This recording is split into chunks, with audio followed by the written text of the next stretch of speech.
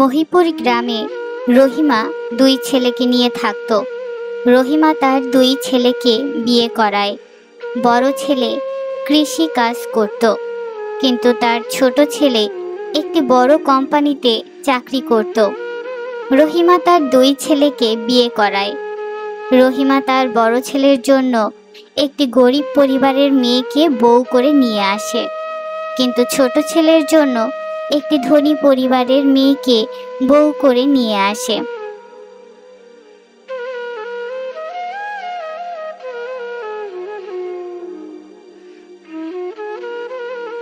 আরে বৌমা, এখনো পড়ে পড়ে ঘুমাচ্ছ? বেলা কখন হয়ে গেছে, এখনো ঘরের কোনো কাজ হয়নি। এই যে নবাবজাদি, এখনো পড়ে পড়ে ঘুমোলে চলবে? ঘরের কাজ তাহলে কে করবে? তোর বাবা কি দুই চারটা কাজের লোক রেখে গেছে যে তারা করবে? এই নবাবজাদি, ওঠ ওঠ বলছি, ঘরের কাজ কর। মা, আমার শরীরটা ভালো না। গতকাল রাতে প্রচণ্ড জ্বর এসেছিল, মাথাটা প্রচুর ব্যথা করছে, তাই শুয়েছিলাম।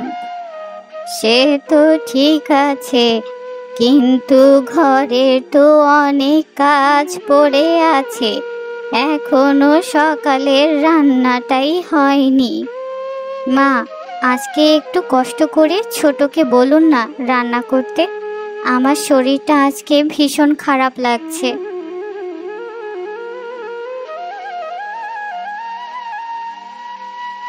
কি বললে দিদি ভাই? আমি করব রান্না? আমি ঘরের কোনো কাজই করি না। আমার বাড়িতে আমি কখনো কোনো কাজ করিনি। আমি কোনো রান্না করতে পারবো না।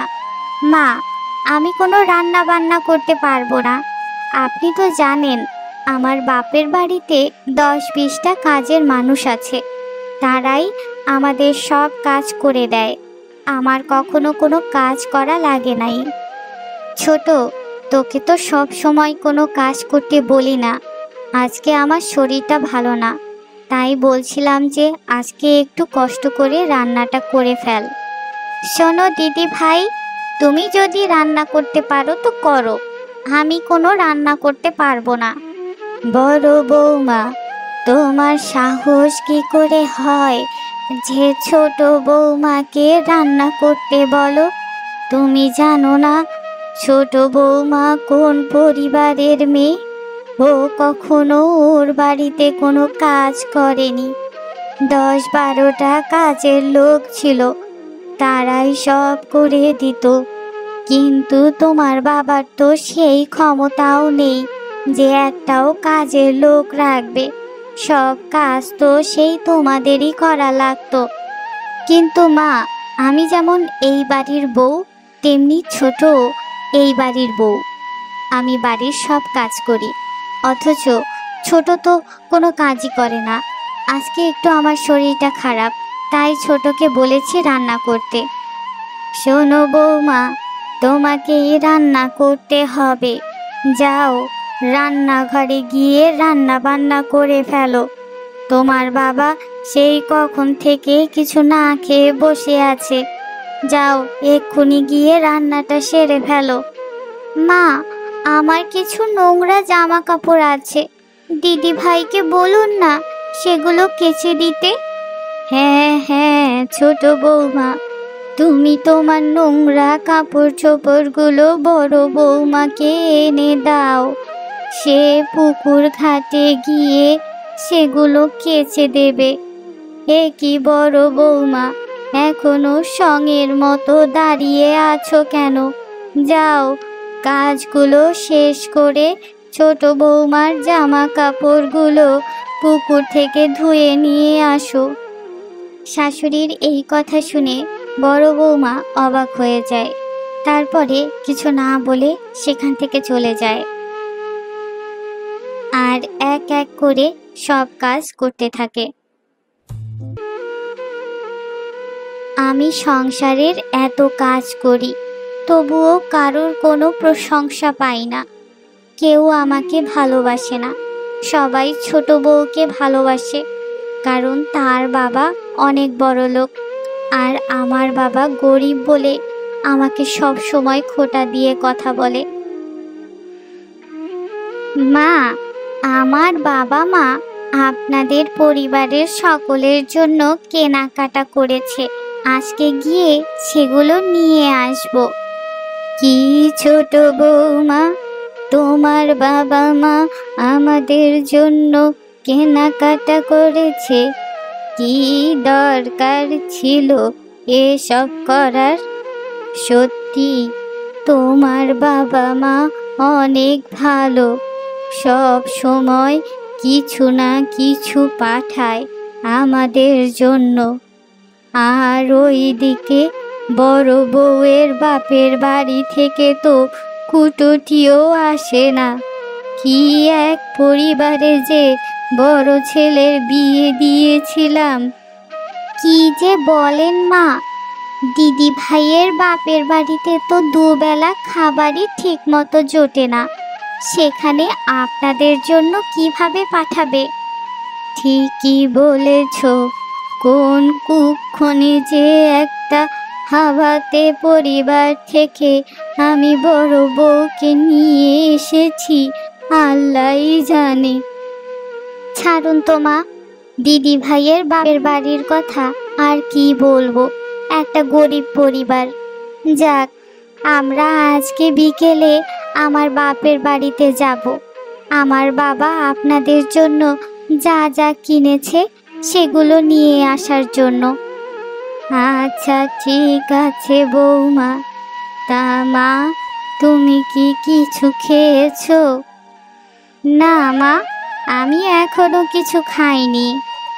কি বলছো বৌমা, এত বেলা হয়ে গেল এখনো কিছু খাওনি? চলো, আমি তোমাকে খাইয়ে দেব।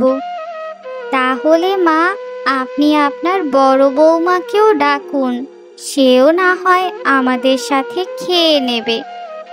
ওই পোড়ামুখী চুলোয় যাক, ও খেলো কি না খেলো তাতে আমার কিছু যায় আসে না। চলো তো বৌমা, আমি তোমাকে নিজ হাতে খাইয়ে দেব। তুমি তো আমার ঘরের লক্ষ্মী। রূপা ঘরের সামনে থেকে যাওয়ার সময় তার শাশুড়ি এবং ছোট বউয়ের কথা শুনে ফেলে।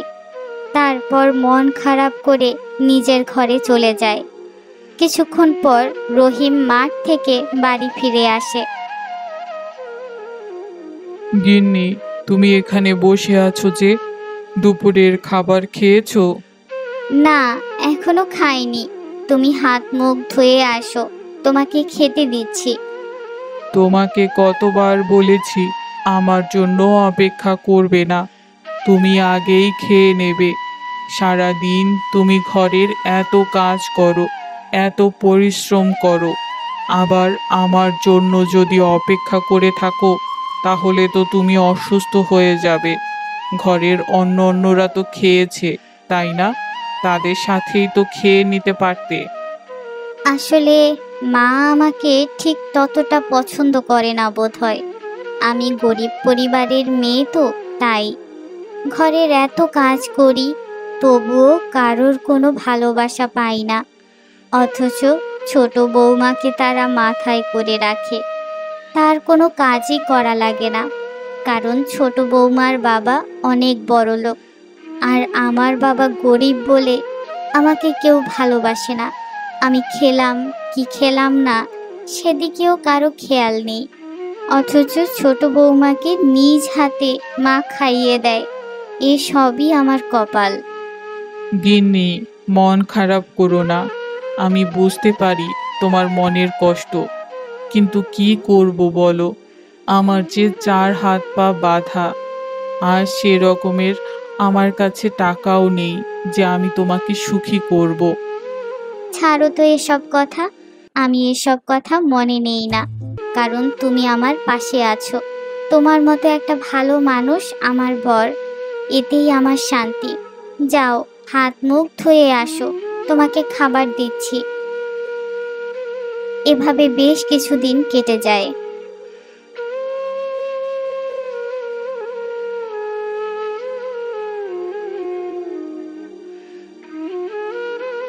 এই যে বড় বৌমা, তুমি এখানে বসে কি করছো?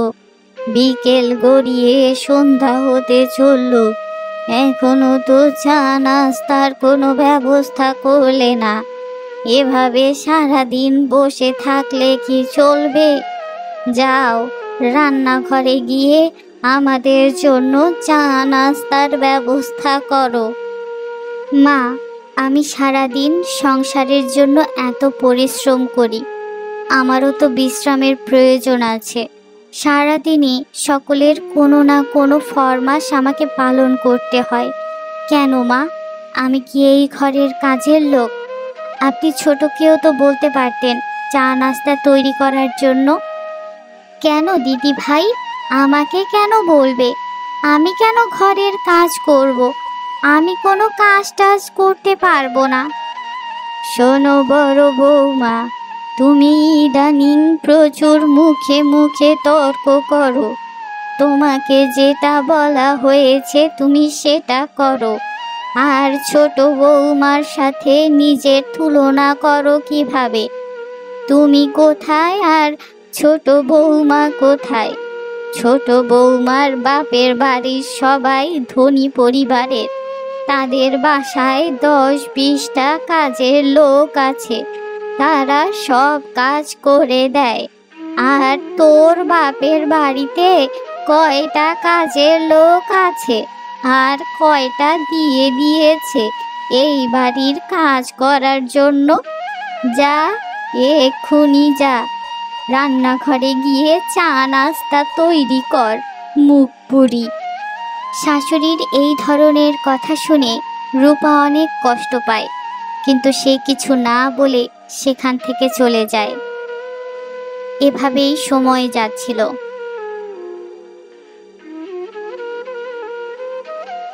গিন্নি, তুমি কিন্তু এটা ঠিক করছো না। কি বলছো তুমি? কি ঠিক করিনি আমি? এই যে দুই বউকে দুই চোখে দেখছো, এটা কিন্তু ঠিক না। বড় ছেলের বউ যেমন তোমার বউ, তেমনি ছোট ছেলের বউও তোমার বউ। অথচ ছোট বৌমাকে তুমি এত ভালোবাসো, অথচ বড় বৌমাকে দু চোখে দেখতে পারো না। সব সময় তাকে দিয়ে ঘরের নানা কাজ করাও, এমনকি ছোট বউয়ের কাজও বড় বৌমাকে করতে হয়। শোনো, আমি যা করছি ঠিক করছি। ছোট বৌমা কত ভালো একটা মেয়ে, তার বাপের বাড়ির লোকেরাও কত বড় লোক, কত ভালো মনের মানুষ, সব সময় কিছু না কিছু পাঠায়। আর বড় বৌমার বাড়ির লোকেরা যা গরিব, মেয়েকে পাঠিয়েই তারা নিশ্চিন্ত হয়ে আছে। তাহলে তুমি বলো যে আমি ছোট বৌমাকে বেশি ভালোবাসবো, না ওই হাভাতে ঘরের মেয়েকে ভালোবাসবো? শোনো গিন্নি, তুমি একদিন ঠিকই বুঝতে পারবে যে তুমি ভুল করছো, কিন্তু তখন অনেক দেরি হয়ে যাবে। এভাবেই আরো বেশ অনেক দিন চলে যায়। একদিন রহিমা অসুস্থ হয়ে পড়ে এবং তাকে হসপিটালে নিয়ে যাওয়া হয়।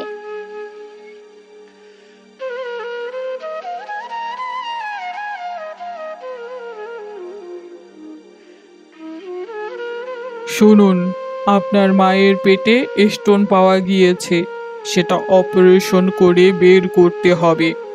1 মাসের মধ্যেই তার অপারেশন করা লাগবে। যদি না করানো হয় তাহলে তাকে আর বাঁচানো সম্ভব হবে না। তাই যত দ্রুত সম্ভব তার অপারেশন করিয়ে ফেলুন। ডাক্তার সাহেব, আমার মায়ের অপারেশনের জন্য কত টাকা লাগবে? আপনার মায়ের অপারেশনের জন্য প্রায় 1 লক্ষ টাকা লাগবে। যত দ্রুত সম্ভব অপারেশন করতে হবে, তাই টাকার ব্যবস্থা তাড়াতাড়ি করে ফেলুন। এই শোনো, আমি আর এইভাবে এখানে থাকতে পারবো না। আমি এই গ্রামে অজপাড়া গায়ে থাকতে পারবো না। তুমি যদি আমার সাথে যেতে চাও তো চলো, না হলে আমি একাই চলে যাব। কি বলো মিতু? আমরা যদি এখানে না থাকি তাহলে কোথায় থাকবো? শোনো, আমার বাবা বলেছে আমাকে শহরে একটা ফ্ল্যাট কিনে দেবে। আমরা সেখানে গিয়েই থাকবো। কি বলছো মিতু? তোমার বাবা আমাদের জন্য ফ্ল্যাট কিনে দেবে?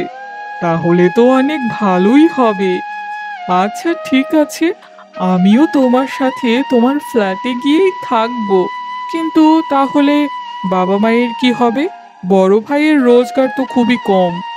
তাহলে কি বাবা মাকে আমাদের সঙ্গে নিয়ে যাব? শোনো, তোমার ওই বৃদ্ধ বাবা মাকে আমাদের সাথে নিয়ে যেতে পারবো না। তোমার বাবা মাকে নিয়ে গিয়ে আমি আমার শান্তি নষ্ট করতে পারবো না। কি বলো মিতু? মা তোমাকে এত ভালোবাসে আর তুমি তার সম্পর্কে এটা বলো? শোনো, আমি জানি তোমার মা কেন আমাকে ভালোবাসে। কারণ আমি বড়লোক বাড়ির মেয়ে, তাই তোমার মা আমাকে ভালোবাসে। আমি যদি গরিব পরিবারের মেয়ে হতাম তাহলে আমাকে দিয়ে সংসারের নানা কাজ করাতো এবং আমার সাথেও খারাপ ব্যবহার করত, বড় বউয়ের মতো।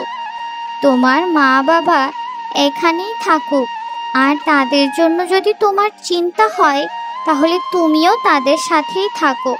কিন্তু আমি এখানে থাকবো না, আমি চলে যাব। না না, আমি তোমার সাথে যাব, এখানে থাকবো না। তোমার সাথে তোমার ফ্ল্যাটে গিয়েই থাকবো। মা, একটা কথা বলতে চাইছিলাম তোমার সাথে। হ্যাঁ বাবা, বল, কি বলতে এসেছিস? মা, আসলে হয়েছে কি, আমরা এখানে আর থাকবো না। শহরে মিতুর বাবা একটা ফ্ল্যাট কিনে দিয়েছে। এখন থেকে আমরা সেখানেই থাকবো, কারণ আমার অফিসে যাতায়াতের সমস্যা হচ্ছে। এজন্য আমরা সিদ্ধান্ত নিয়েছি আমরা আর এখানে থাকবো না, আমরা ওই ফ্ল্যাটে গিয়েই থাকবো। কি বলছিস বাবা? তোরা শহরে গিয়ে থাকবি? তাহলে আমাদের কি হবে? আর তাছাড়া আমি তো অসুস্থ, আমার সামনে অপারেশন, তার জন্য 1 লক্ষ টাকা লাগবে। সেটার জন্য কি করব? সে মা, আমরা কি করব? আমাদের কাছে অত টাকা নেই যে আপনার অপারেশনের জন্য টাকা দেব। আর আপনার বড় বৌমা আর বড় ছেলে তো রয়েছে, তারাই আপনার সেবা যত্ন করে সারিয়ে তুলবে।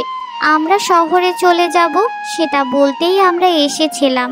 আমরা আজই এখান থেকে চলে যাব।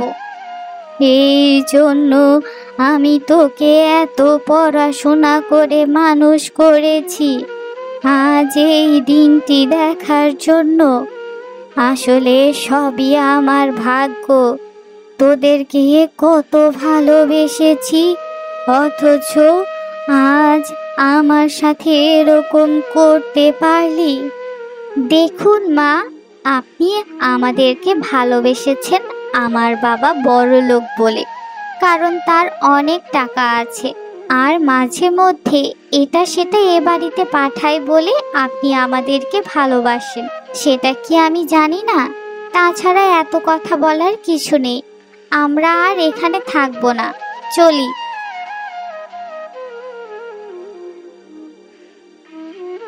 মা, আপনি একদম চিন্তা করবেন না, আপনার অপারেশন আমরা করাবো। আমার বিয়েতে যে গহনাগুলো আমার বাবার বাড়ি থেকে পেয়েছি সেগুলো বিক্রি করে যা টাকা হবে তাই দিয়ে আমরা আপনার অপারেশন করাবো। আপনি একদম চিন্তা করবেন না।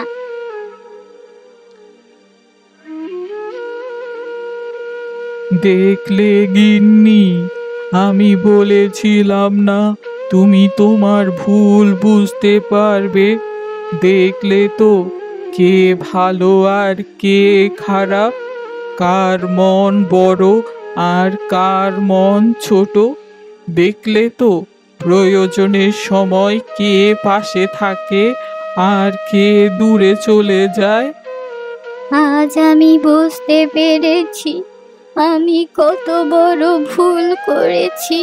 আমি যে কিভাবে বড় বৌমার সামনে দাঁড়াবো তাই বুঝতে পারছি না। বড়লোক হলেই যে বড় মনের হবে এটা ঠিক নয়, সেটা আমি আজ বুঝতে পেরেছি।